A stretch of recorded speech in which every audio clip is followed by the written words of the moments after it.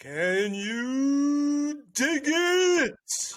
Because we got a special episode today, a pre-draft special, and we got our boy Mike here today from On the Go Shine Sports. How you doing, Mike?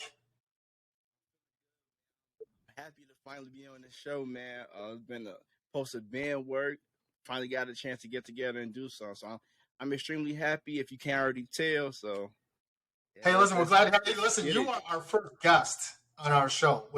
We've never had a guest before, so you're the first. So hopefully there'll be more opportunities for us to kind of get together and do some of these recordings. So today we're doing like a 3-part series. We're going to do this with another channel and then our own. So we're going to be talking about the draft. We're going to be going over with Mike here. So before we get into that, Mike, I'm going to give you a chance to kind of here to plug yourself and promote your channel. So tell us a little bit about your content and your show. I run a channel called On the Go Chicago Sports. Basically, as of right now, we just go over Chicago Bulls news, Chicago Bears news. I'm starting to watch a little bit of baseball. My knowledge of baseball is not the best, so I wouldn't talk it. But I would love to have somebody to to do that on the channel. So I'm kind of looking for a White Sox guy. So if anybody listening, hit me up. So yeah, we just do the content for sports and and I like to link up and talk sports. So it's just something I've been wanting to do for a long time. And, my wife just told me, just do it. You're always watching sports. You're always talking to sports. So just, do a channel. So, yeah, I started and now we're here. Hey, that's awesome. And I got to tell you, I really like the content you've been delivering, man. Appreciate it. Especially with the draft. You've been getting a lot of looks at the stuff you're doing. Quality videos. So kudos to you. I appreciate it. As the same here, I enjoy you guys' content as well. I watch you guys' White Sox content.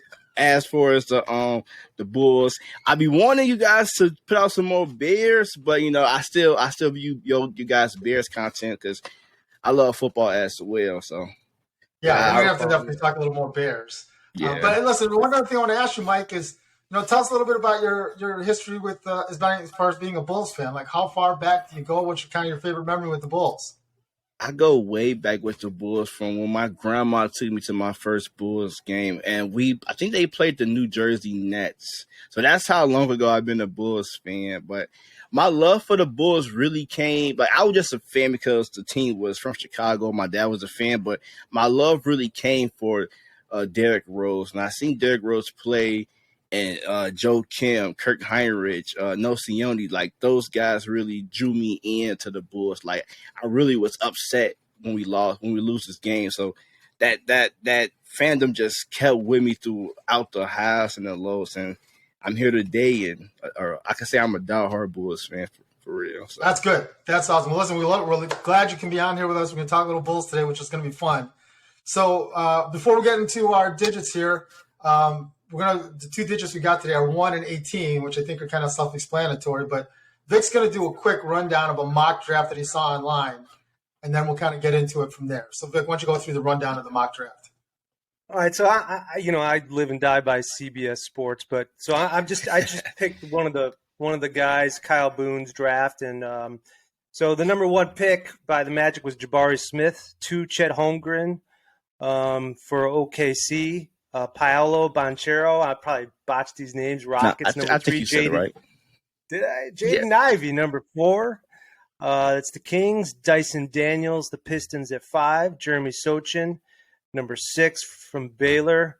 Keegan Murray, number 7, Trailblazers. AJ Griffin, Pelicans at number 8. Benedict Mathurin from, that doesn't matter, Arizona. Number 9 for the Spurs. Shaden Sharp, 10.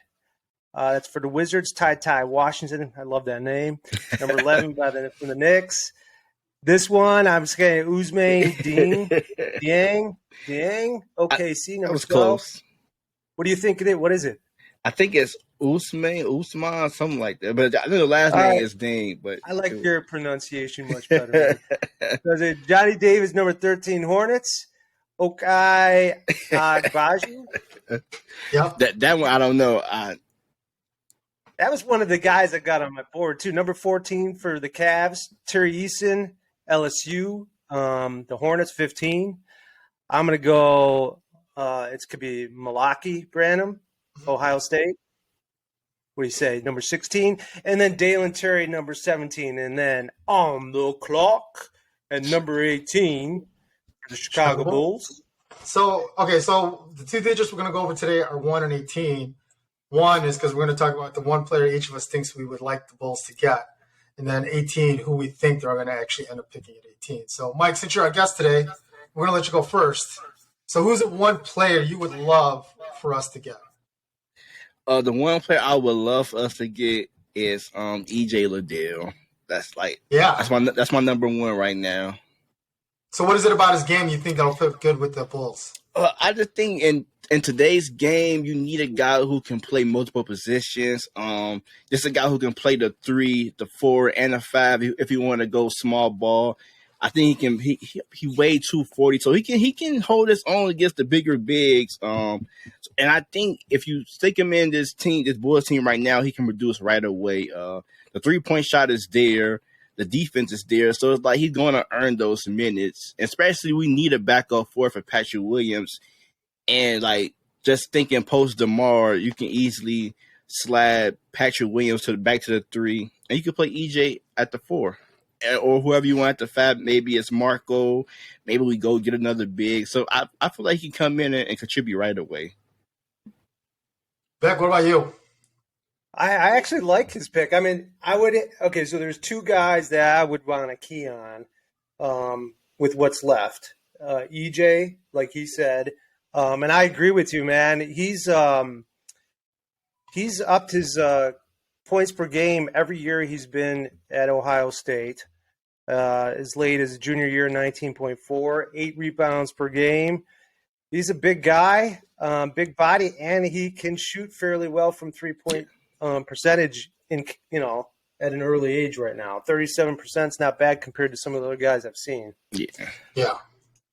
Now, the one guy that I feel like is a sleeper that I keep on hearing about that I think would be kind of fascinating to talk about is Jalen Williams from Santa Clara. Because I think the not only do the Bulls need a big, they also need a guy that could be more consistent in shooting. I don't know if you're going to get that with first-year player, but I kind of like the prospects of Jalen Williams from Santa Clara. Yeah. Well, look, I don't know if you could have done a perfect transition because Jalen Williams, I think, is a guy that I'm kind of looking at. Just looking at some of the stuff that he's able to do, like I think he's definitely going to provide us a score down on the baseline, stretch it out a little bit. He gives us a lot of mobility down there. But I think no matter what, like I feel like we have to go somewhere on the front line. Like we've got to go somewhere like a forward or a center, somewhere down there. And the other thing too is like I feel like we have to go with someone that is an older, like a junior or a senior. Like I saw the kid from I think it's Jalen Doolin from Memphis, freshman center. They're talking about that kid, but I don't know if we're ready to have to go through that development process. What do you think, Mike? Do you agree with that?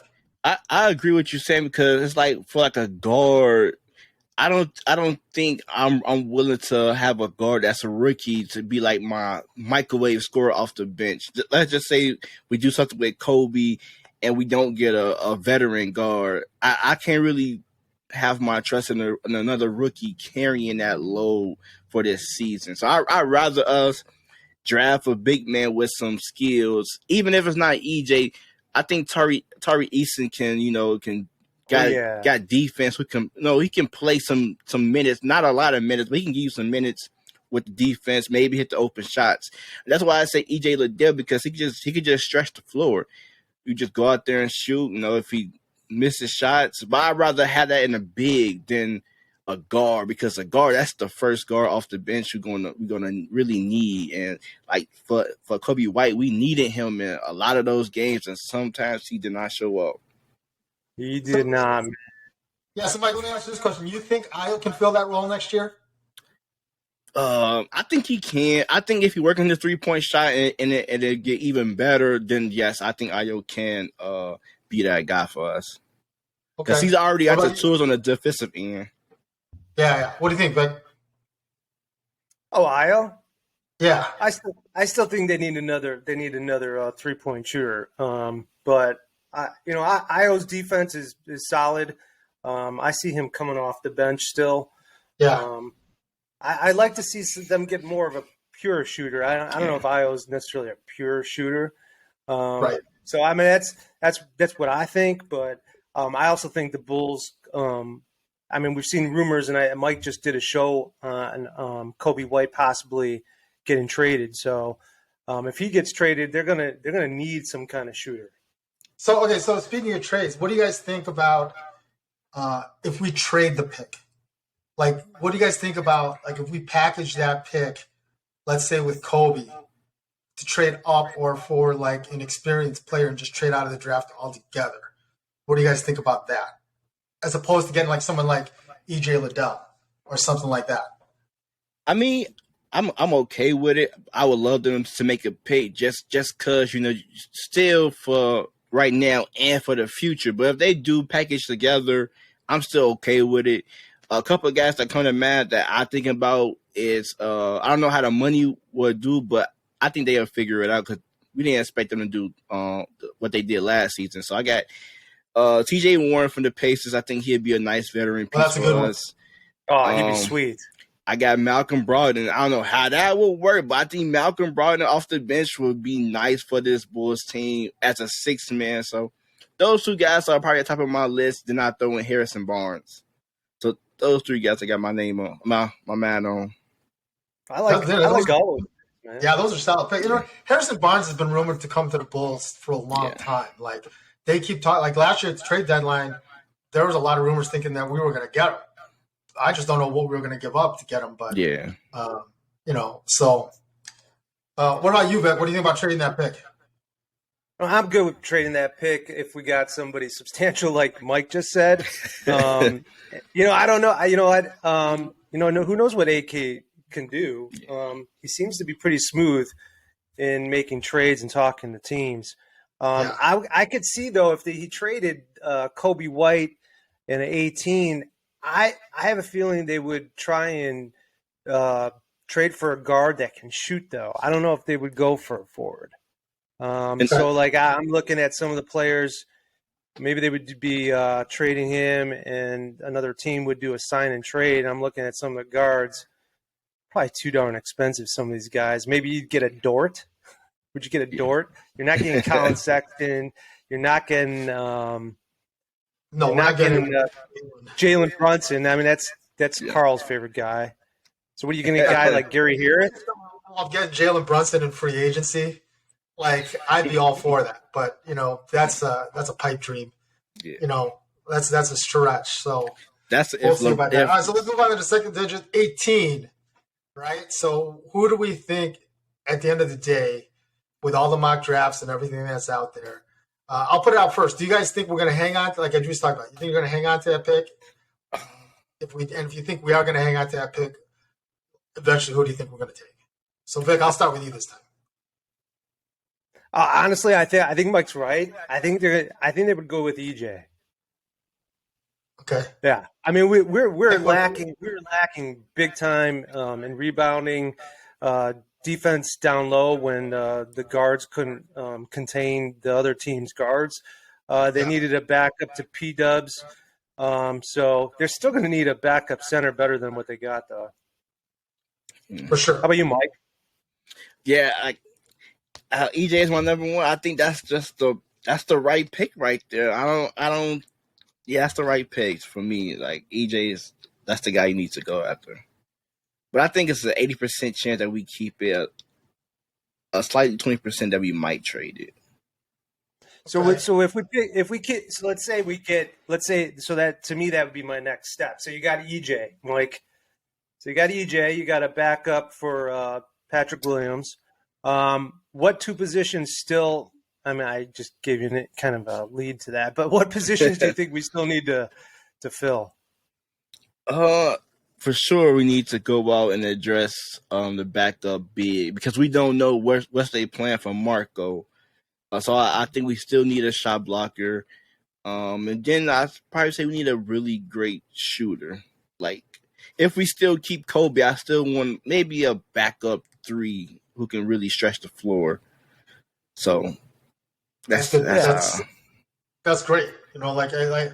I think the front line, like I just think if we're gonna trade Kobe, I think we're gonna get a guard in return, right? Yeah. So like assuming that Lonzo comes back, right, and Zach resigns, right, and then you still got DeMar, you still have AC, and you still got Io. So you got more than enough guards still, 4, 5, 6 deep, really at the 1 and 2, right? Yeah. Then I think the forward spot, like especially someone that can play defense, we need a rim protector somewhere back there. I don't know who it's going to be. I don't know if Vooch is just past his time or he's just not adjusting well. I don't know, but we just need another guy in there, right? He's still got a double, man. Yeah. Yeah, he's a double machine. Yeah, his career, he had some career lows though as well this year. But I had enough of Tristan Thompson. Me too. I was excited. I wanted him. Right. I wish they would have went after somebody else than him ahead of time, like Bagley. I was excited until the Milwaukee game. He was getting blown out, and he waited till we getting blown out to want to get tough. I was like, what? Yeah, so they need to move on, and I don't know what their plan is for Marco. It sounds, from what I've read, it doesn't sound like they're really hot on him. My son works with the Windy City Bulls, so I got to watch Marco play a lot, right? And Marco just doesn't have he's tall, but he's not very muscular. He's thin. Yeah. Like he's gonna get pushed around. Like he's great in the G League, and he can shoot and he can score and he can run the floor. But once he gets up to the show, up to the NBA, like he's gonna have a hard time. Like he's gonna really have a hard time like bodying up or doing anything like that. That was my only concern with him too, like putting on some muscle, because the tools is there. Like he can get out and run, and he's a great passer. I think he's a average defender that can get better. So I really like what I've seen in Marco. I just think that him just getting stronger, and then once he figured that out, then I'm cool with giving him some minutes. I still don't see why Marco didn't get some playing time. Yeah, I don't. A little bit. I mean, especially in some of these blowouts that they had toward the end, right? They could have at least put him in there and just seen what they got. Yeah, and you can even play him and Tristan together. I mean, him and Vooch together. Other than Tristan, I would have been cool with those two. Other than Vooch and Tristan. Yeah, absolutely. Me too. Yeah, I'm with you, Mike. I'm with you. All right, so Mike, listen, we really appreciate you coming on the show today. This was fun. Hopefully, we get to do this again. For sure, we if you haven't had a chance to check out Mike's channel, the link is in the description below. And we do appreciate everyone watching in and tuning in the channel. So thanks again to everyone for watching and tuning in. If you haven't had a chance yet, hit the like, subscribe, hit the bell so you get notified. Mike, we're going to let you be part of our usual farewell here. So I'll do peace. Mike says love. Love.